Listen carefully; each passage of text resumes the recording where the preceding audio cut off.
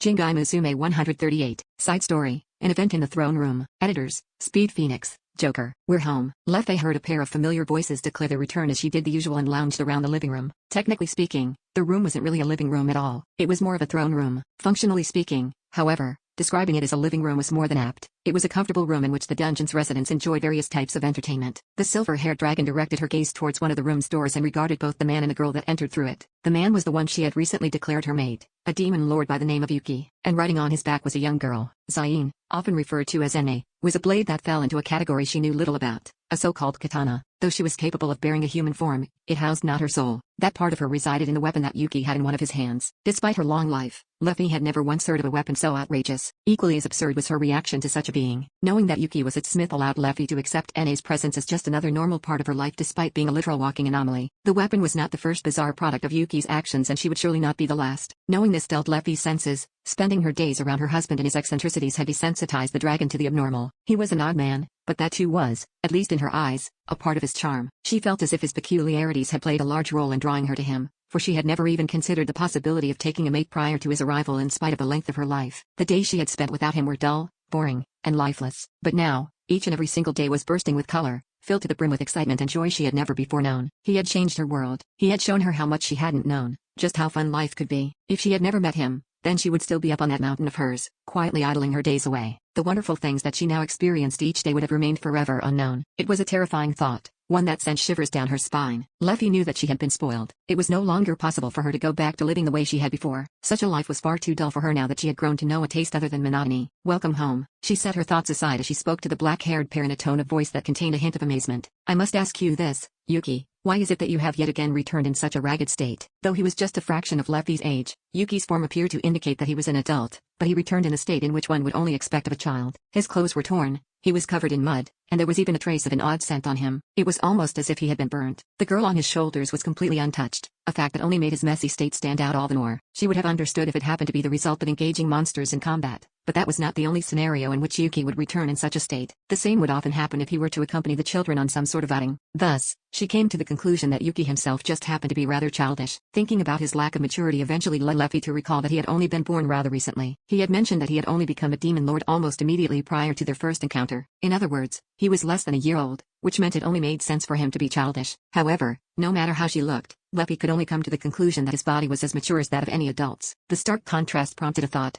I understand not the biology of a demon lord. How strange their life cycles are. Why yeah, you know, things happened, said Yuki. Master had fun with a new type of magic. Ene, please, you can't just rat me out like that. Yuki had tried to play the reason for his current state off as something outside his control, but the expressionless girl revealed the truth before he had much of a chance to hide it. The sword's explanation made everything click. Leffe could easily imagine the demon lord enjoying himself as he attempted to fiddle with his new toy. She didn't have much to say about the situation, and it showed on her face. The scene that played out in her head caused her to put on an expression containing a mix of amusement and exasperation. Welcome home, my lord, said Layla. The sheep-horned demon had noticed that the master of the house had returned, so she stuck her head out from the kitchen in order to greet him. Thanks Layla, said Yuki with a cough. Is dinner ready yet? It won't be too long now, my lord, said Layla. She took a good look at him and confirmed that he was covered from head to toe with dirt before speaking up again. Might I suggest you take a bath while you wait? There should be enough time for you to get in and out before dinner's ready. Might as well. He paused for a moment to look at Zain, who had gotten off his shoulders and started tugging on the hem of his shirt. She wasn't saying anything, but Yuki immediately seemed to understand what she wanted. What about you,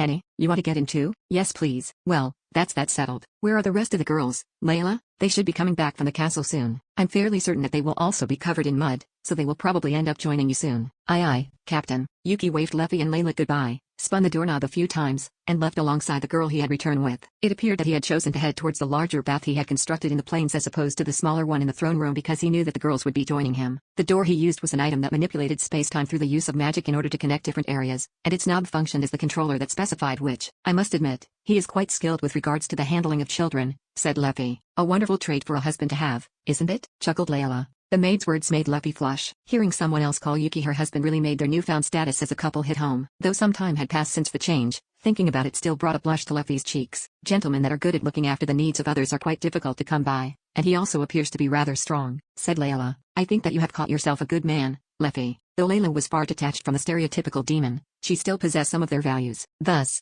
to her, strength was an important aspect that could drastically add or detract from a man's appeal. I have no intention of yielding him to you, said Leffe, narrowing her gaze. I'm well aware, replied Layla with another chuckle. The pair's conversation came to an abrupt end as a panicked, distressed voice suddenly came from within the kitchen. Layla, I think something's wrong. The pot's foaming and looking real bad. Well, Leffy, it looks like I have to get back to work, sighed Layla. Dinner will be ready in about half an hour. Please do your best not to fall asleep again before we start. That I shall, said Leffy, and I ask that you seek my help should the need arise, for Yuki will be quite angry should I merely continue to laze about. Then I suppose I'll be taking you up on that offer shortly, said Layla with a smile before heading back into the kitchen while muttering under her breath. Geez, what is it this time, Lou? All I asked you to do was watch the pot. And then, the living room was filled with silence, a silence that would only last until everyone returned. Leffy knew that her surroundings would soon be bustling with noise. In fact, she could very easily picture the exact scene and sequence of events. Yuki would return with the children in tow. Lou would act as flustered as usual while setting the table while Layla quickly put the final touches on the meal from right beside her. Once everything was in place, everyone would put their hands together and say grace in a manner introduced by Yuki before noisily discussing the day's events. The canvas she laid out in her mind caused her to chuckle and think to herself that she finally knew fortune. She would soon be surrounded by laughter, joy, and warmth. She would soon be surrounded by the very elements that compose the beauty of life. A small smile appeared on Leffy's lips, for though she was alone now,